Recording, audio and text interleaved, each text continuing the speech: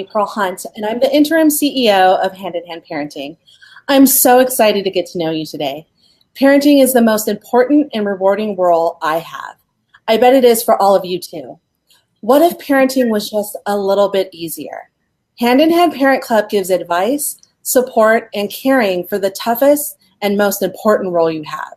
Today, we are launching Hand in Hand Parenting. In just a few minutes, we'll give you a preview of the personal support that you'll be receiving with a Facebook Live with our Hand in Hand founder, Patty Whiffler. But before that, let me tell you a little bit about the Parent Club.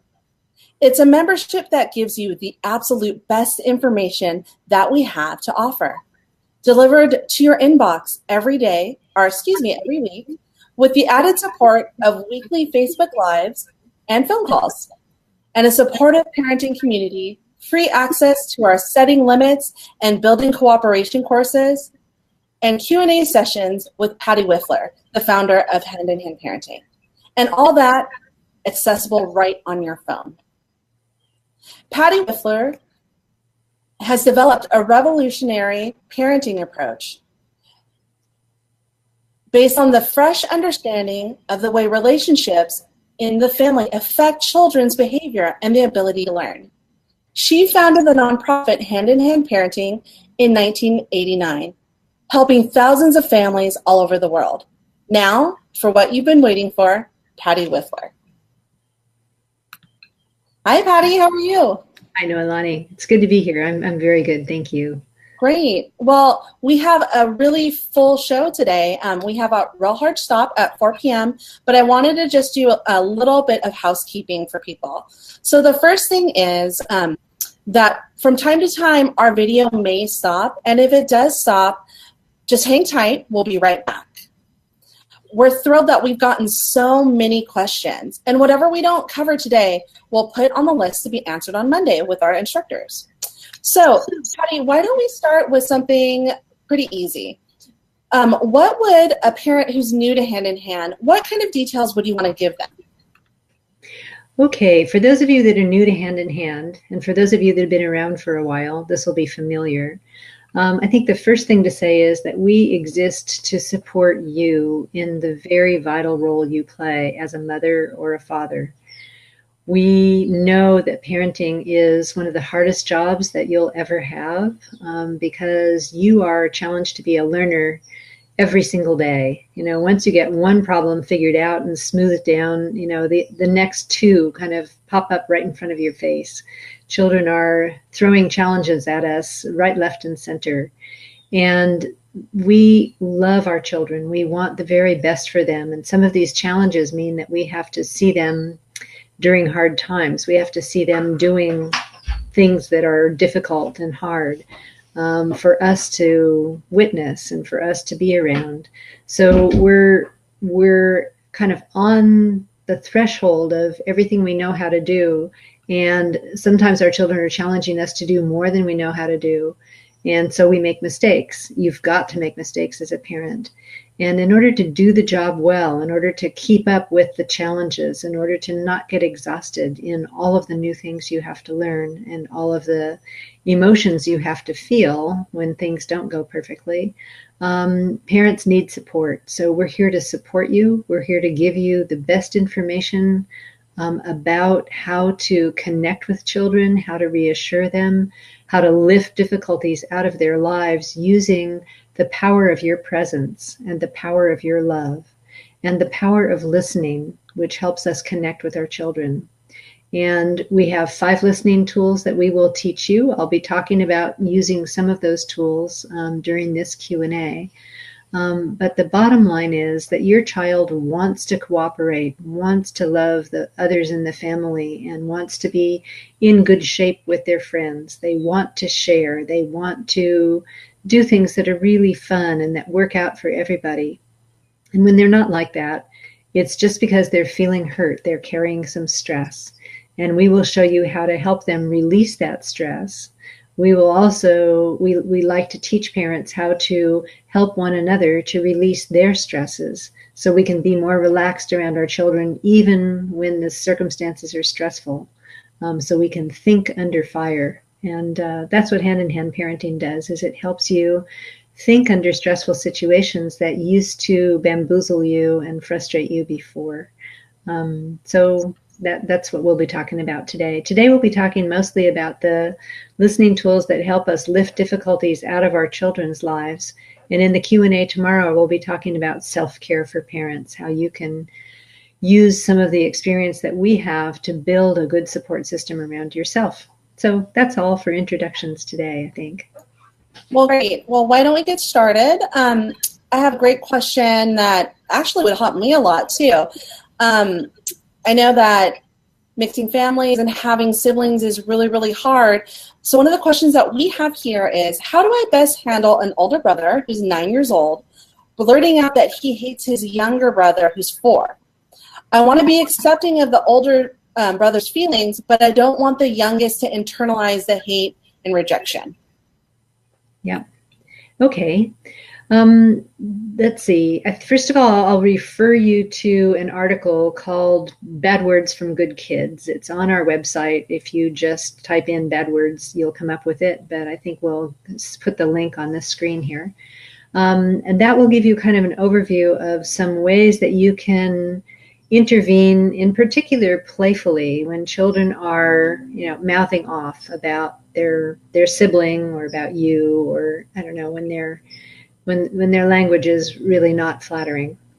But I think the first understanding to have in this kind of situation is that every sibling feels many times that the other sibling is favored. It doesn't matter how evenly you distribute your attention.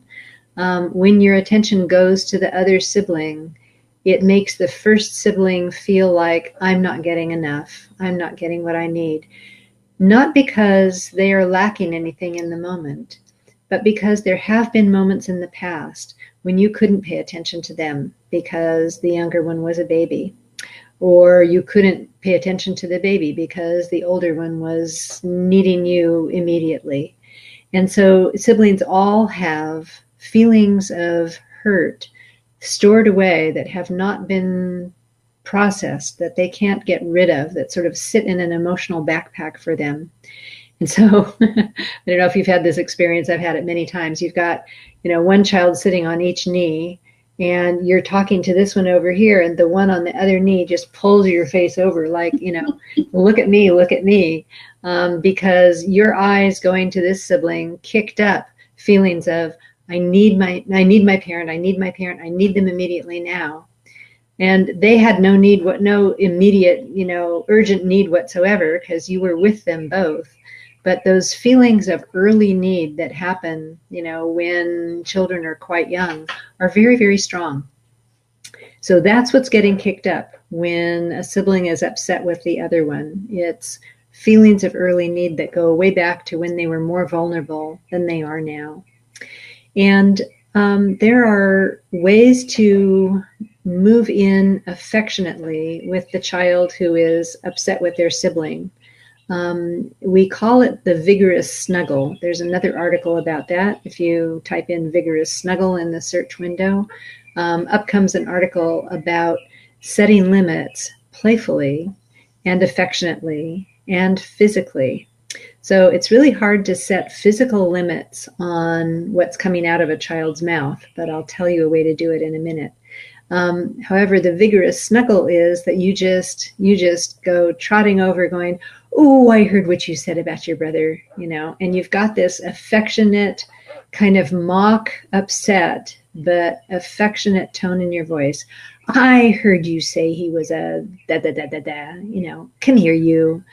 And the come here, you attitude of, ooh, come here, it's kind of opposite of what children usually get when they use, upsetting language. And so come here, you is a really good phrase to include there.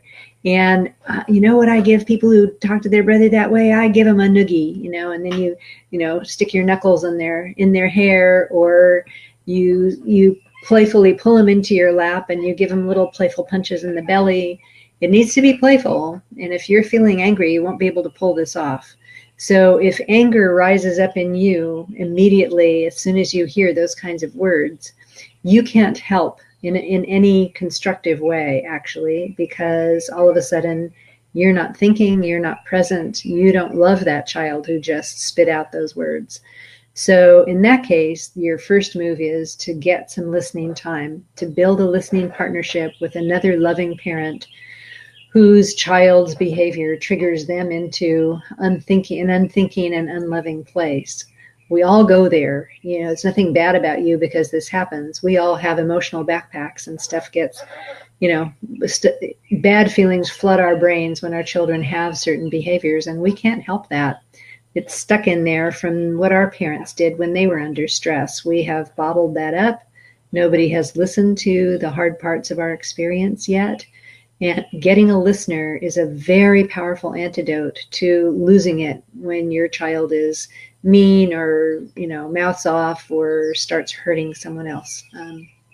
So really the, you know, first move is to get some listening time on, you know, your history with the child who spits out, you know, unflattering things to say about their sibling, so that you can relax even when it's just happened. Then you can come in with the vigorous snuggle, and sometimes, you know, you just kind of open your arms and go, oh, guess what's going to happen to you, you know, and you just grab them up and you pick them up and you throw them down on the couch, you know, back to the couch. So nobody's going to get hurt, but you just give them a toss where they're going to land in a soft place, and you just kind of funka, funka, funka, funka, you know, push them on the belly into the couch. They're going to laugh and laugh and laugh. And then they're going to call their brother, you know, stupid head or something again, so that you will, oh, there you go again. No, I'm going to get you. So that you'll play with them, so that you'll be playfully, you know, so that you'll, in a way, cartoon out, you know, the kind of punishment that, you know, they fear they will get. And, but it will be affectionate, it will be fun, it will be vigorous. And after 5 or 10 minutes of playing like this, where they're, you know, spitting out unflattering things in order to get you to be with them, in order to get you to connect, in order to get you to help them laugh and help them. Laughter really reconnects children with you. When you can have this generous, you know, I'm going to get you attitude, it really, really helps. So, little anecdote here. Right now, the youngest people that I've been working with, you know, on a daily basis are my grandchildren. And for a while, in about 4th and 5th grade, I think there was a lot of putting girls down going on at school. Mm-hmm. And so the grandchildren would come over to my house on Sunday, and my grandson would go sit on the carpet. And then as soon as everybody would get settled, he'd go, Holly is a stupid head, calling his sister a stupid head, or some, you know, whatever the word of the week is. Mm-hmm. And I just kind of get on all fours. I crawl over to him. Oh, I heard what you said about your sister. Grab him by the ankles, drag him across the carpet, you know, playfully pummel his belly. He's trying to get away. You know, I give him a noogie. He's trying to get away again. He's laughing and laughing and laughing and saying, she's a stupid head. She's a stupid head. And by this time, she knows that he doesn't mean it, that he's using that as a ploy to get me to play with him. So we wind up wrestling around for 5 minutes, and then he just kind of, I mean, partly he's a child that has been raised with, you know, a lot of listening. So a lot of his deep resentments of his sister have already been listened to. So there's not such a big emotional backpack there. There's actually a little bit of fluff around the edges sometimes. And so we take care of the fluff around the edges with a little bit of vigorous snuggle action there. He gets to laughing. He feels better connected. And then, you know, then he's absolutely fine with her for the rest of the evening. So that's a little example of, you know, how you can intervene. Another way that I have done, I don't know if it will work with a 9-year-old, but it might. And again, what allows this to work is you unloading your frustrations, your worries, your sadness about what your 4-year-old is going to hear, all of the places where your heart hurts when this happens. You having a good cry or a good tantrum with a listener who knows how much you care and who wants to support you and who will not tell you what to do or worry about you if you sob the whole half hour. So you go there and you take care of that. And then when the lousy words come popping out, the criticism comes popping out, you go, come here, you. And you pull them onto your lap, and you put your hand gently but firmly over their mouth, and you go, now this is your beautiful brother. Beautiful brother. Got it? Beautiful brother. Okay. Now you're going to say, oh, my beautiful brother. Okay, here we go. And then you take your hand off their mouth, and they, of course, go, you stupid head, fart face, and you, ooh, there you go, and you kind of playfully pummel, or you ruffle their hair, or you jiggle them up and down. And then you put your hand back over their mouth, and you go, no, no, no, no, no. Fart face starts with an F. Beautiful brother starts with a B and a B. I know you can do this. Okay. You say, oh, my beautiful brother. And you just give them, kind of an ideal version of what you would like to have floating out of their mouths with love. And of course, they're not going to do that, but they're going to laugh and laugh and laugh while you try to coach them to do that. So, oh, beautiful brother, it's too hard to say. Maybe you could say, I love you instead. Let's try that. I love you. It starts with an I. Here we go. And then, of course, they go, fart face, fart face, fart face. And then, ooh. And you just basically play this on and on and on. And what you're doing is you're securing laughter, which releases tension and helps connect. You're also holding out that they can say good things about their brother. You're holding out that you believe they can, which is really essential, that you believe in them, you believe that they love their sibling, you believe this is just kind of, it's kind of a dusty coat and you're shaking off the dust. And you are playing, and you are really engaging and giving them a chance to show the impulse to call names. Almost every child experiences the impulse to call names because they have gotten frozen in fear when someone has called them a name, or when they've seen other kids targeted by name calling. Every child gets paralyzed in fear when this happens the first time. And that fear then when there's someone younger to, be awful to, when they can't think, a replay of that behavior comes out, and they do that replay looking for help. So you give them a chance to show you that they have this impulse, but you defanged the impulse. You've turned it into a game so that even the brother who hears fart face, fart face, fart face knows that this child on your lap who's laughing and laughing is actually playing with you, and it's not about them. So you use the whole situation with play, and you play that for as long as you can stand it. And this, what it does is, it looks like you're letting him call his brother names over and over and over again, and you're being too permissive. But that's what it looks like on the outside. But if there is laughter, if there's engagement, if you are warm and caring during this, if you're also having fun, if you're not impatient with the fact that it's, your child isn't magically cured of name calling in 3 seconds flat. When you've been going to school for 5 years and you've been hearing name calling almost every day, one way or another, it's just not going to go away in a very short amount of time. But playing this game again and again does remove the impulse to call names. It lets children feel warm towards their sibling and warm towards you. It lets them recover their humanity and their ability to love and care.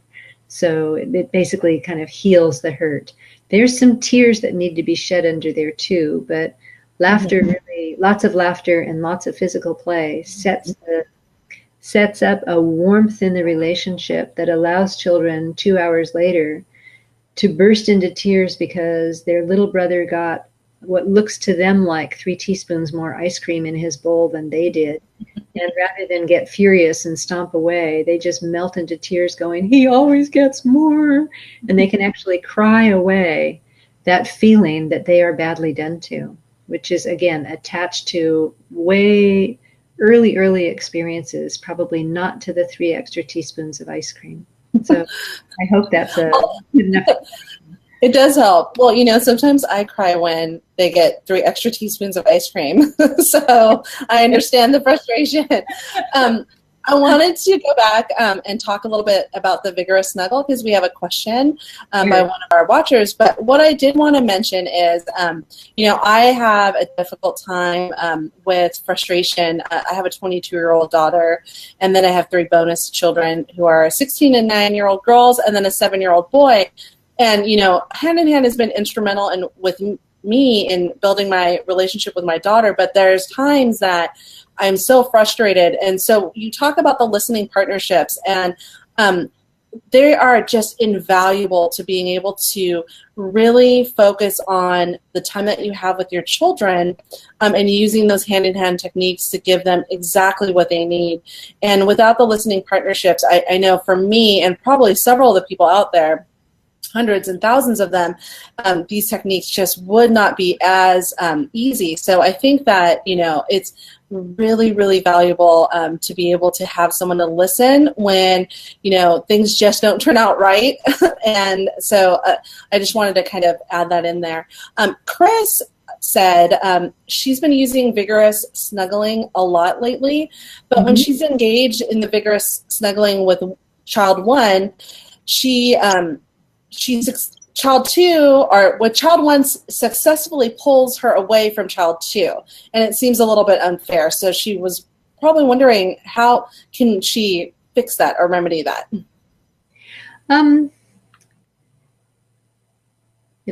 Life isn't perfect, and when you've got more than one child, oftentimes there are these, situations in which you are doing just great with one child, and the other child's feelings of need get ignited by seeing such good stuff happening, and all of a sudden they are crawling over your shoulder and demanding attention too. And there are really you have several alternatives, but the main ones are, sticking with the child you're playing with and finding a way to set a limit with the child you're not engaged with.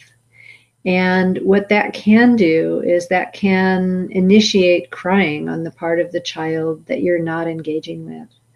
So what you need to do is explain as briefly as you can, sweetie, I'm playing with your brother. I'll be with you in about 5 minutes.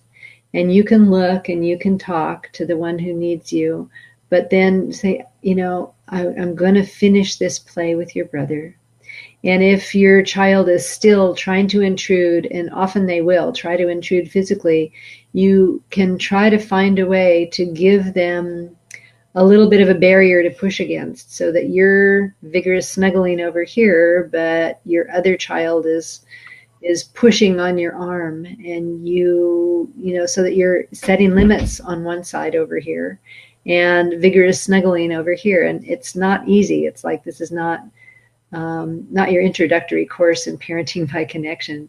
Again, unloading the feelings of, why can't I just do one child at a time? Why do I always have to handle all 2 or all 3 or all 4? Getting those frustrations and the sadness of feeling like you can't spread yourself thin enough out of you, so that isn't pulling at your attention. It's very, very helpful. It will help your mind be clearer and clearer in these more complicated situations. The other possibility is that you can grab them. It's like, oh, you want to come too? Okay, come here. And you just bring your child in and you throw them down on the carpet right next to the one you're playing with. And you just try to do a vigorous snuggle with first one and then the other. It's like, ooh, ooh, ooh. And sometimes what I'll often do is, I'll pretend like they don't know each other, and I'll say something. It doesn't really matter what you say. It just needs to be affectionate and warm and goofy, and anything can happen. So what I'll do is, okay, Jacob, I want you to meet your brother David. Here he is. And then I'll pick Jacob up and I'll put them tummy to tummy, and I'll sort of smush them together. Jacob, meet David. He is a boy, little younger than you, thunka, thunka, thunka, thunka, but I think you might like him, thunka, thunka, thunka, thunka. Try him out and see, thunka, thunka, thunka.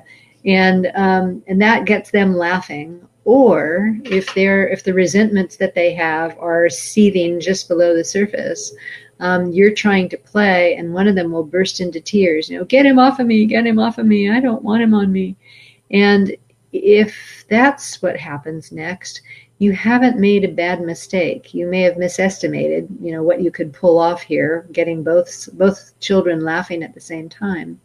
But even a misestimate, if one child bursts into tears, gives them an opportunity to use your slight misjudgment into a burrow hole that goes down into feelings of, I wish my brother wasn't here. I wish I had my mommy or my daddy all to myself. And they're crying and crying and crying, feeling badly done to. But that's a feeling that they have over and over and over again. Their brother has better shoes than them. Their brother got the better piece of meat than they did. Their brother got, the 2 teaspoons of more ice cream. That feeling gets pasted on one little pretext after another. So Yeah. the fact that you tried to play and it turned into tears is not a bad thing. It's a thing that you can work with. So then, the play stops and you listen to the one who feels like, you didn't play right. And you let yourself be the target. Refreshingly, it's not their brother that's the target, it's you that's the target. And they can cry and cry and cry about you didn't get how to play today, or you did it all wrong, or now their tummy hurts. But it's just a way in to everything that sits below that causes a lot of trouble every day anyhow. So in a way, you can't go wrong trying to be playful in a situation, or trying to set limits and help the sibling you're not looking at directly right now get to tears about feeling like they don't get enough of you, which is another feeling that just gets pasted on one thing after the other all day long. It's like they could use the opportunity to cry about that. And when a child is crying, there's enough safety there that you could say, I'll be with you in a little bit. You could let them cry without all of a sudden turning all of your attention to them. If they're not hurt, not bleeding, not, they have a thorn sticking in their skin, or, some accident happened. The fact that you are playing with their sibling means that there is enough of a reminder of these feelings of I don't get enough, or she loves him better, or he loves him better, whatever the feelings are.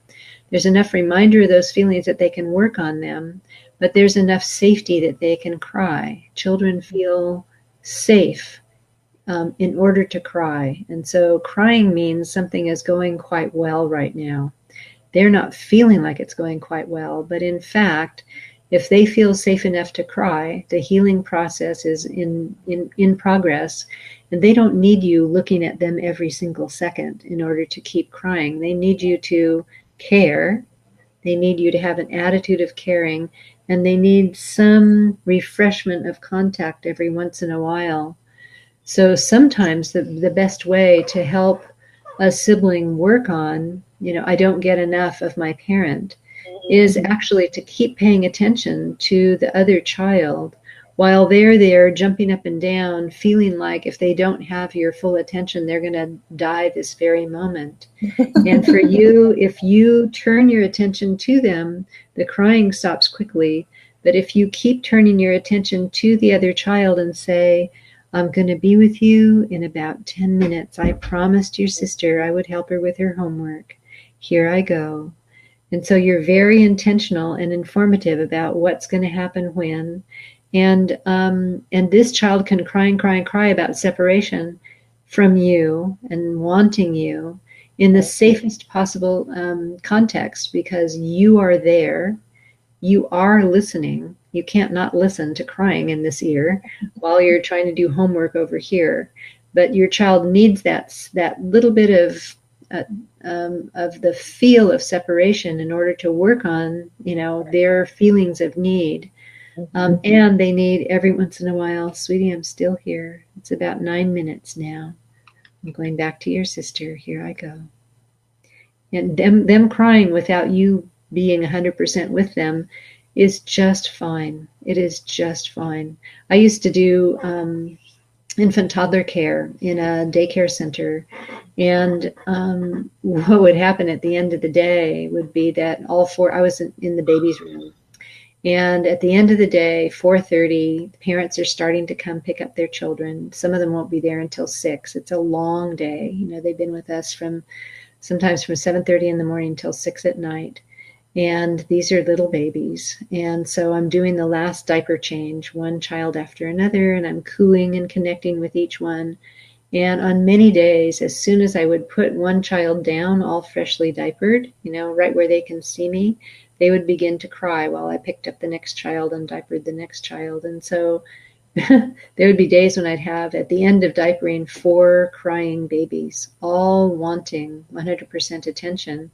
And what I would do is just sit there and talk to each one in turn, you know, sit them close to each other, and I'm right here. Your mommy's coming. Your daddy's going to pick you up soon. No, I'm right here. You can keep telling me it's hard. So, you know, you can have more than one child working on feelings at the same time, and give them enough to make it safe so that, you know, caring goes in while the bad feelings come out. That's the healing formula is your caring goes in and the bad feelings come out. And if you can pour enough attention in that they're still crying, then that the healing action is happening, even though they don't have your full attention. Right. Well, and I just that absolutely helps. And you know, and I just want to remind Chris and all of you out there that you are all wonderful parents. So we all have hard days. And, you know, just remember, I always remember patting in the back of my head, usually when I'm having a challenging moment with one of my kids, saying, Joilani, you are an amazing parent. And usually that helps me get through. So if you imagine that, that'll help you through even your roughest times. So I have a question here. It's a little bit long, so I'll read it and then we can address it. So I'm new to Hand in Hand. Our 4-year-old boy is very aggressive with our 6-month-old baby girl.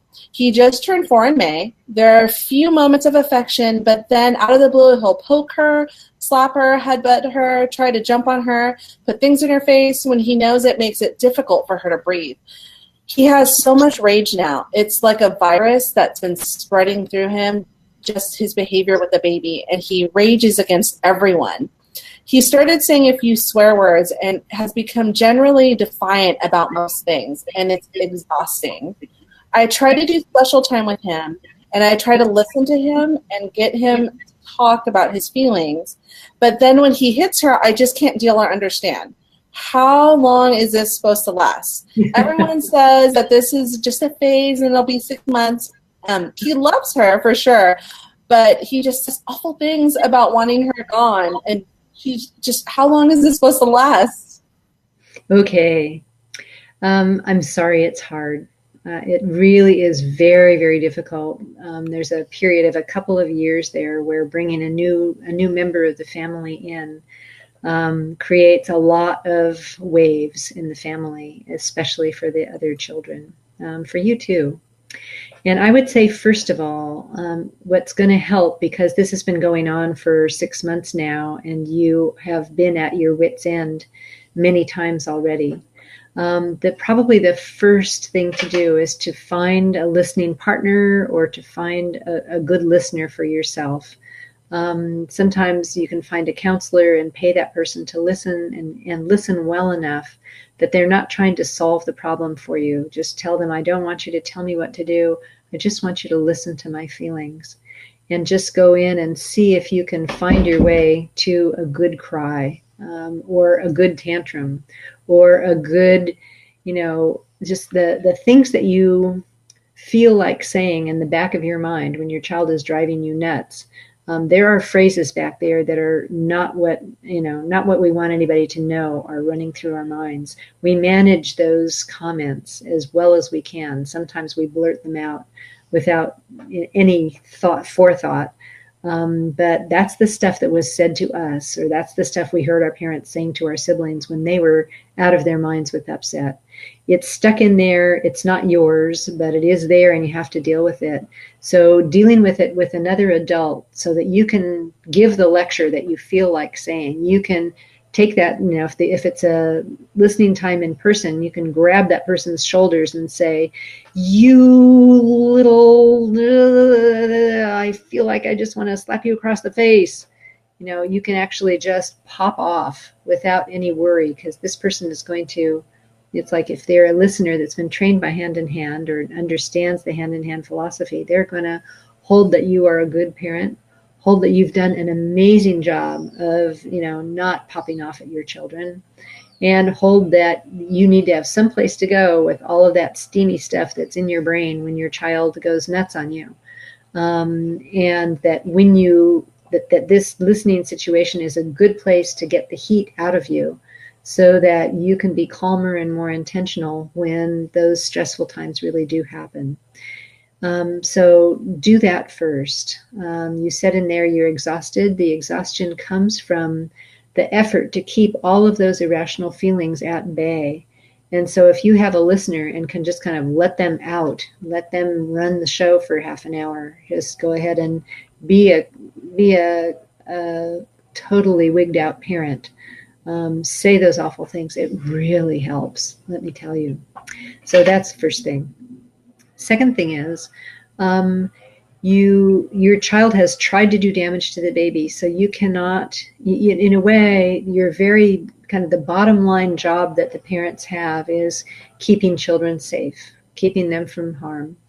And you can't let your 6-year-old be with the baby without you being there.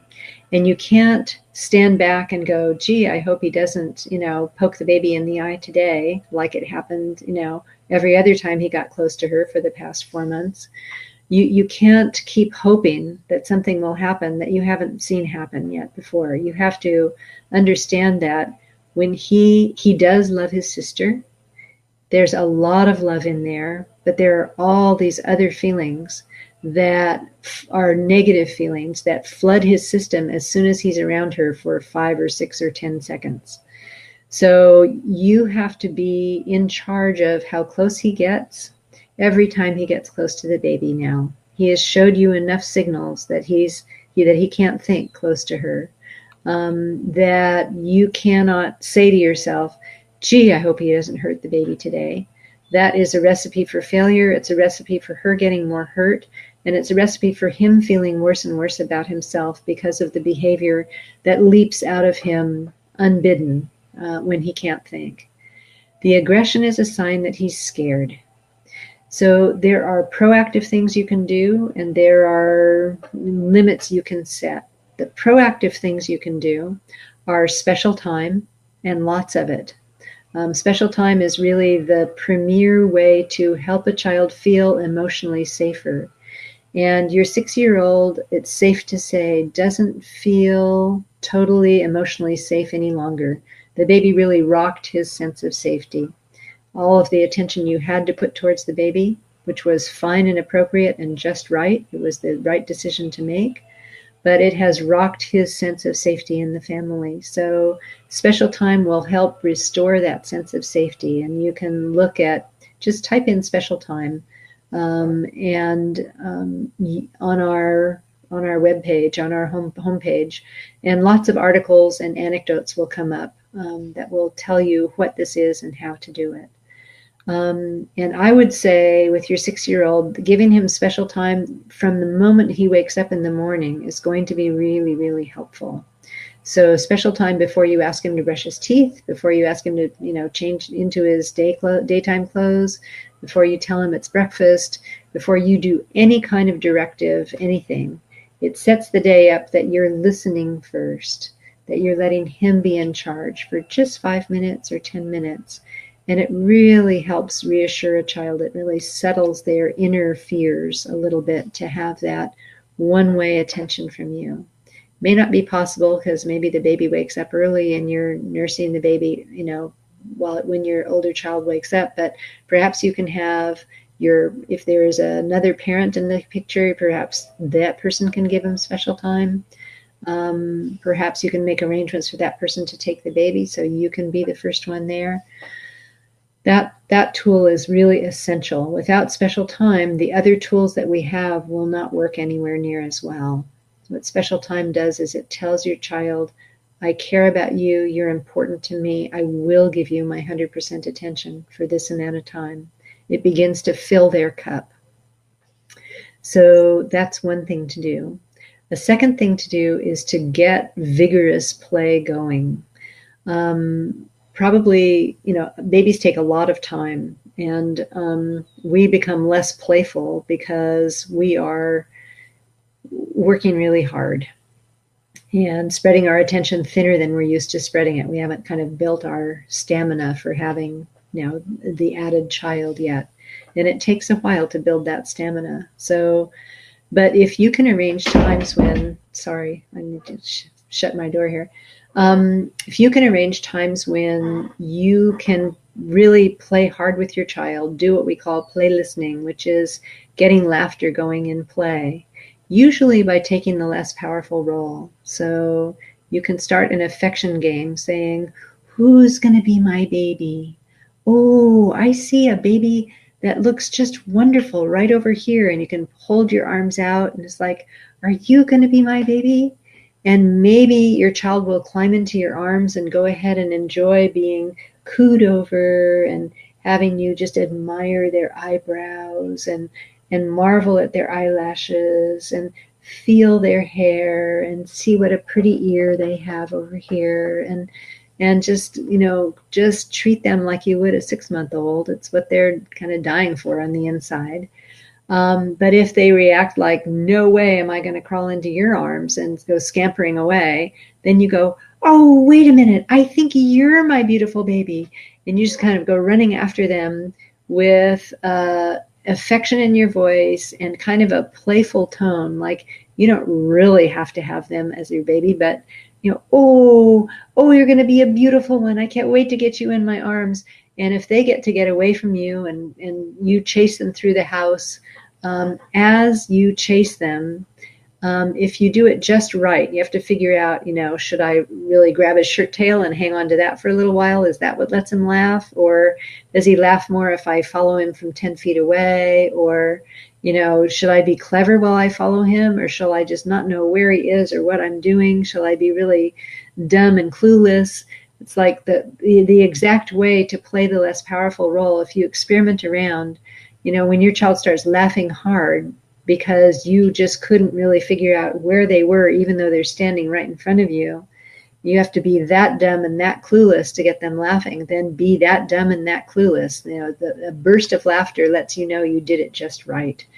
So you want to be affectionate. You're trying to find them. You're trying to catch them with some little kisses and cheek-to-cheek baby cooing, and they're having none of it. You just run around for 10 minutes, 15 minutes.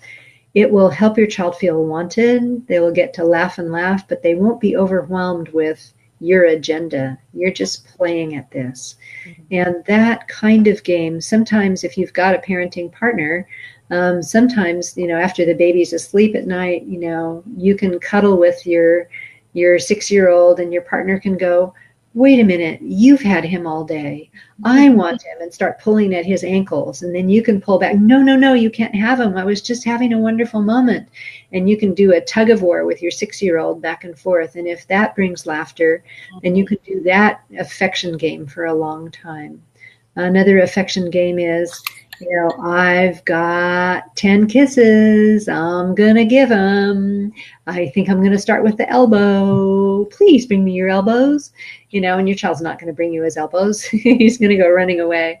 And you go streaking through the house trying to catch a kiss on his elbows. But of course you can't. It's so hard. He's so clever. He knows where to hide. He's jumping all over the couch. He's throwing pillows at you. You're falling down when he hits you with a pillow. He's laughing a whole bunch. You just turn it into this really fun game around the excuse that you're trying to give 10 kisses. And you just kind of keep it going, keep it going, keep it going. And if you set that into the day, either early in the day, because he's around all day long and it's summertime, or late in the day before bed, just to pour in some reassurance, that really helps children feel like, you're still their mom or you're still their dad. And it also makes it safe enough for them to have big cries when there isn't a way to play. Say you're nursing the baby or feeding the baby, and they're going, come look at me, come look at me, I want to show you this, and you're just going, sweetie, you're going to have to wait.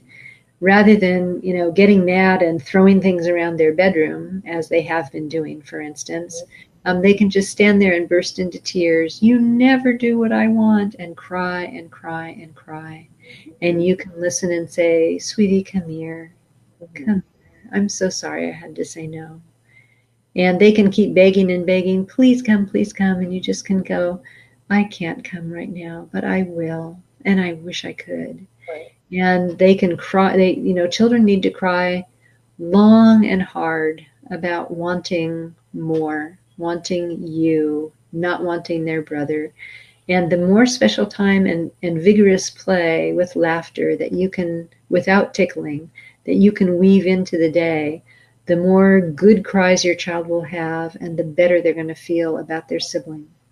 But when your child does get close to the baby, what you are going to need to do is you're going to need to be right there with your hand on their tummy or your hand on their chest, or grab their t-shirt from behind, so that they can get like within an arm's length of the baby, but not any closer.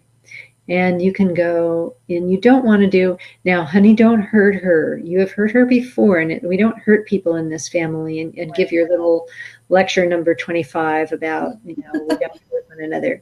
And he's heard that lecture as many times as he needs to have it memorized in the back of his head. But when he can't think, all he can do is show you how bad he feels by hurting the baby. So you don't want to trust that he's going to be able to think when you know he can't. This hurt comes up as soon as he gets close to the baby.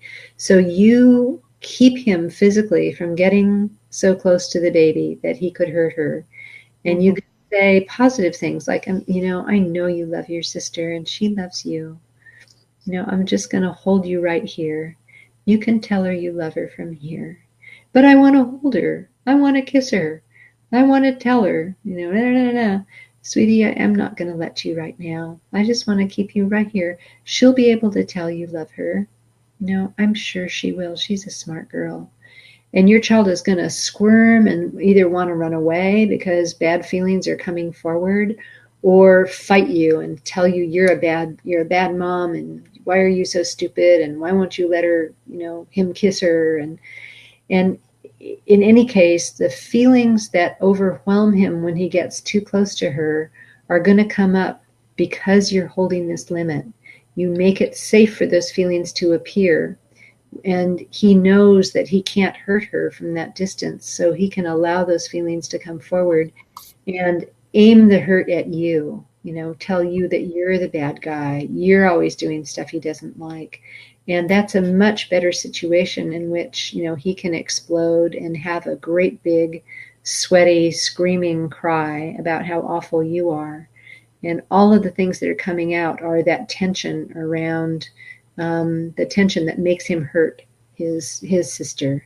So there are articles about this. There's one called Building Sibling Friendships, and there's one called, I think it's called Sibling Rivalry or something like that. We renamed it. I'm not quite sure, but just type in siblings and there'll be 2 or 3 good substantial articles about helping brothers and sisters to appreciate one another in many different ways. That's the brief part. Well, and Rachel are going to be able to post some of those things down below in the comments too for you. So I just want to let everyone know that Facebook Lives like this one, where Patty's answering individual questions, are built into the Parent Club, along with discounts and free setting limit classes and the private Facebook group, and lots of support for all the hard work that you're putting into parenting. Down below, they'll post a link to our Parent Club that we're bringing up. We have about, I would say, 20 minutes left in our questions. I have another one here for you. It's a very long one, again, but I think it's really relevant. So I've been using Stay Listening with my spirited 3.5-year-old with great success. We are a Buddhist family, and we see the method as a radical experience of presence for both the listener and the listened to. Yet, in mindful parenting circles, there are other methods of being with your child during a tantrum that more directly encourage mindfulness of emotions. So checking in with the child about what emotions feel like, the temperature in their body, etc. I'm naturally drawn to this approach because it is how I myself practice mindfulness of emotions. I'm wondering though, if this is related to, say, listening, because as it says in Listen, the book that Patty has written, this will shift the child out of their emotional brain prematurely,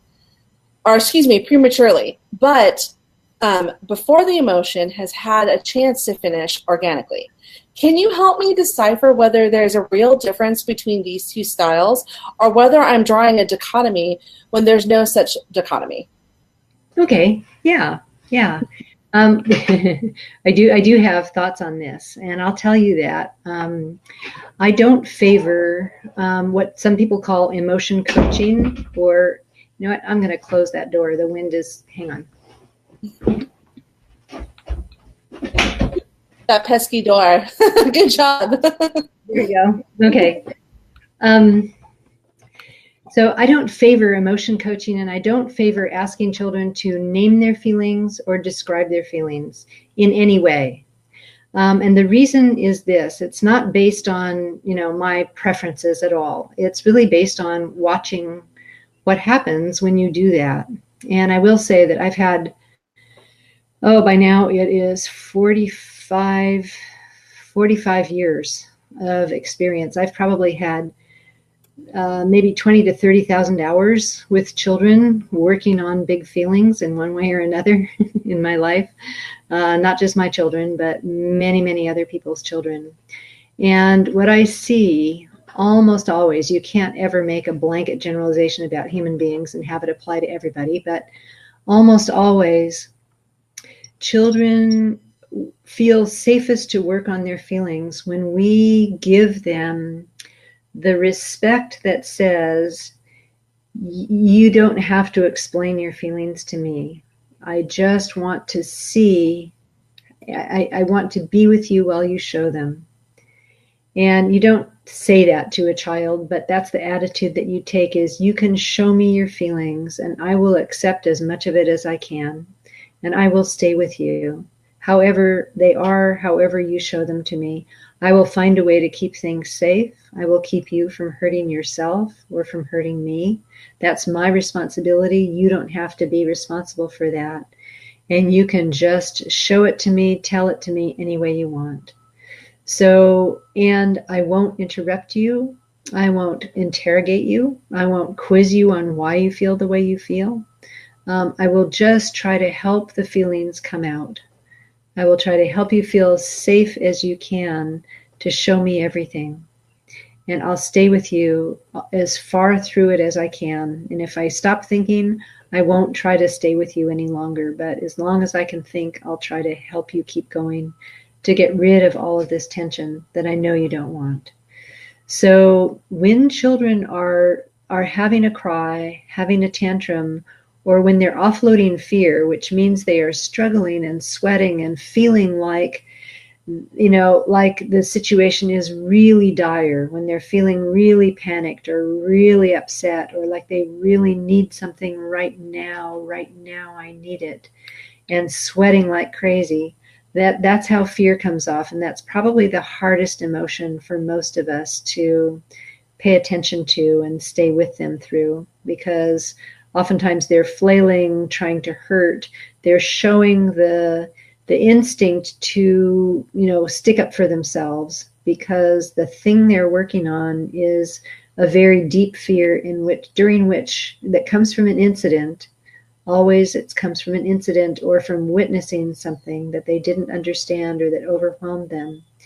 And in that overwhelm, they felt totally helpless, totally unable to fend for themselves, totally unable to tell whether they were going to survive this dire situation or not, which is why the panic goes so deep.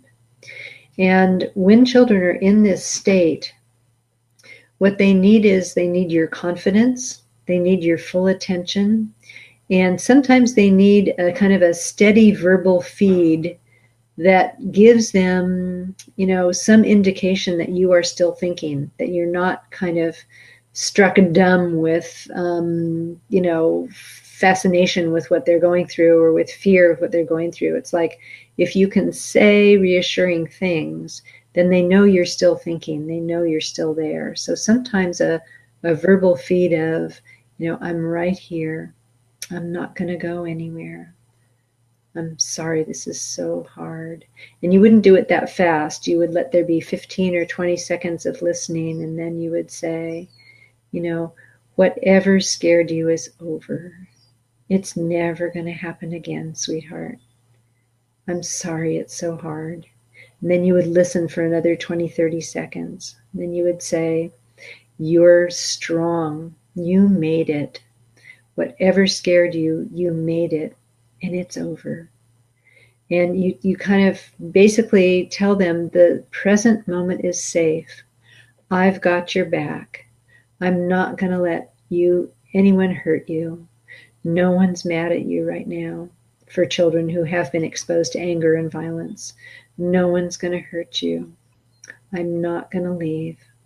And, those kinds of things, sometimes you can also say, this feeling won't last forever, because when children are overwhelmed and feel deeply threatened, they also don't know if the feeling of being deeply threatened, that scared, that petrified, is ever going to go away. So you say, I don't think this feeling's going to last forever. I'll stay with you. We're going to have a good day. I'm not going to leave you. Those kinds of things.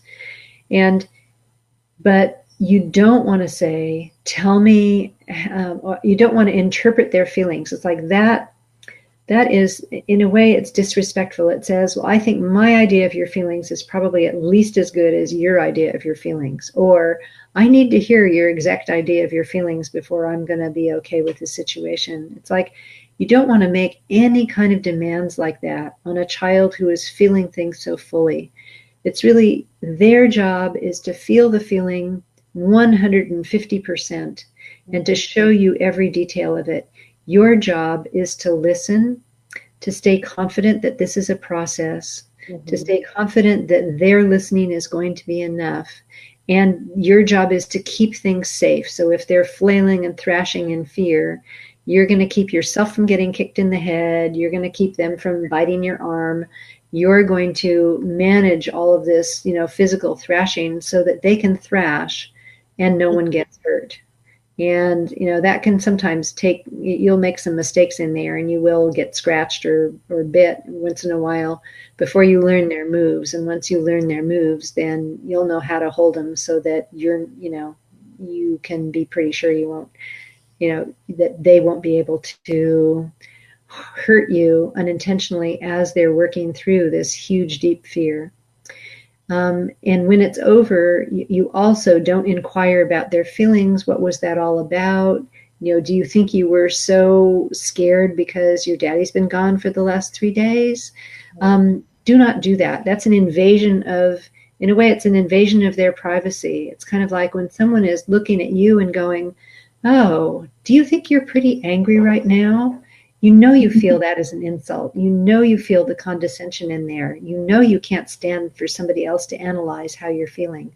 So it really doesn't help to do that to your child. It makes the relationship less safe. It crosses the confidentiality barrier. It's like you're out here doing your job of saying, I trust you, I trust you, I trust you, while they're going through whatever they're going through.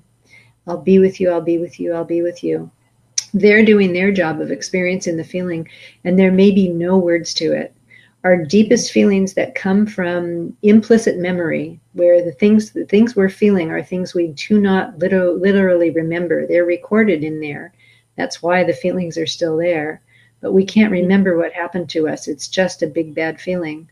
Right. A child can't describe that. They will never be able to describe that to you, and they don't need to. So I like to tell parents, like, The emotional release process, the crying and the thrashing and the sweating and the tantrums, it's all like the digestive process. It's like you give your child the very best experience you possibly can, but it's got some flaws in it. Those flaws don't sit well with them. They need a way to process the things that don't sit well. And just like when you feed your child a banana, very lovely food, not the only food you ever want to feed them, but very lovely food in and of itself. They eat the banana, they enjoy the banana, they get lots of nutrition from the banana, but there are parts of the banana that their body can't use.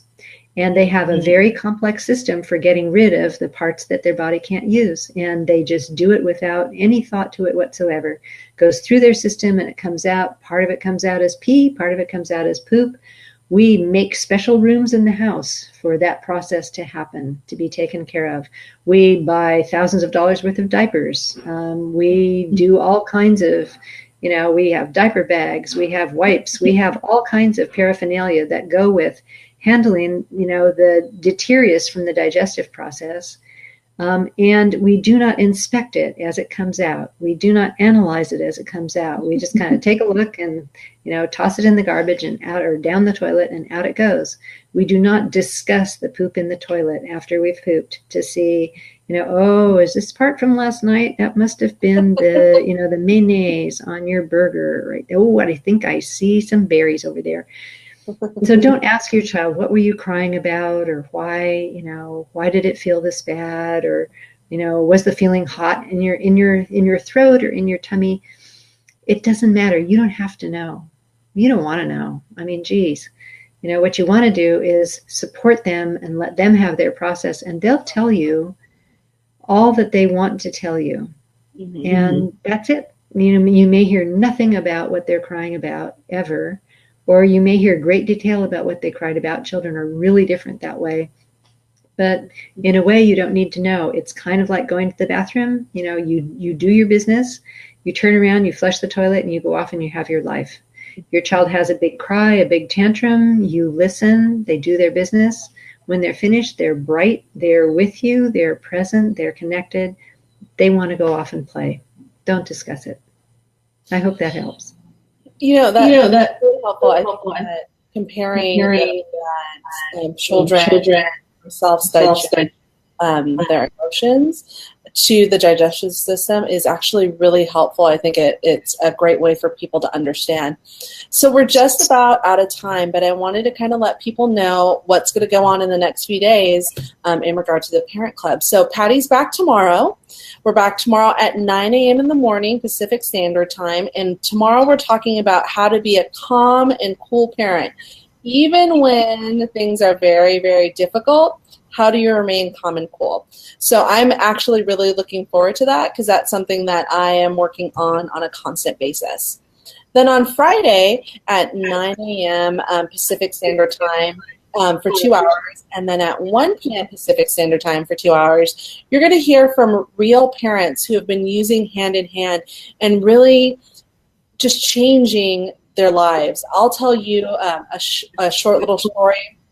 My 22-year-old, after using Hand in Hand just for a few weeks, told me she loved me after not hearing that for several years.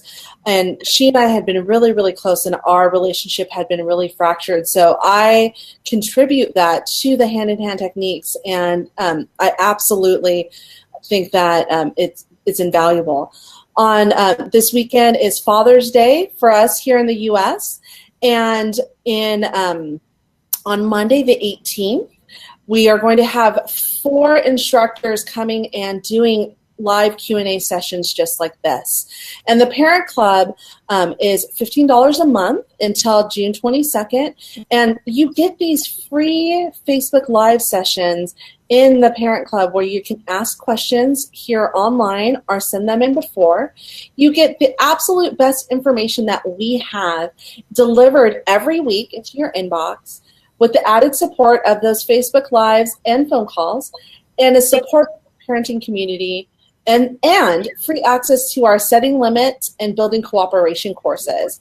And the best part that I always say is those free Q&A sessions with Patty Whiffler every 4 to 5 weeks. So we'll see you tomorrow at 9 o'clock. Patty, thank you so much for your time today. We really, really appreciate it.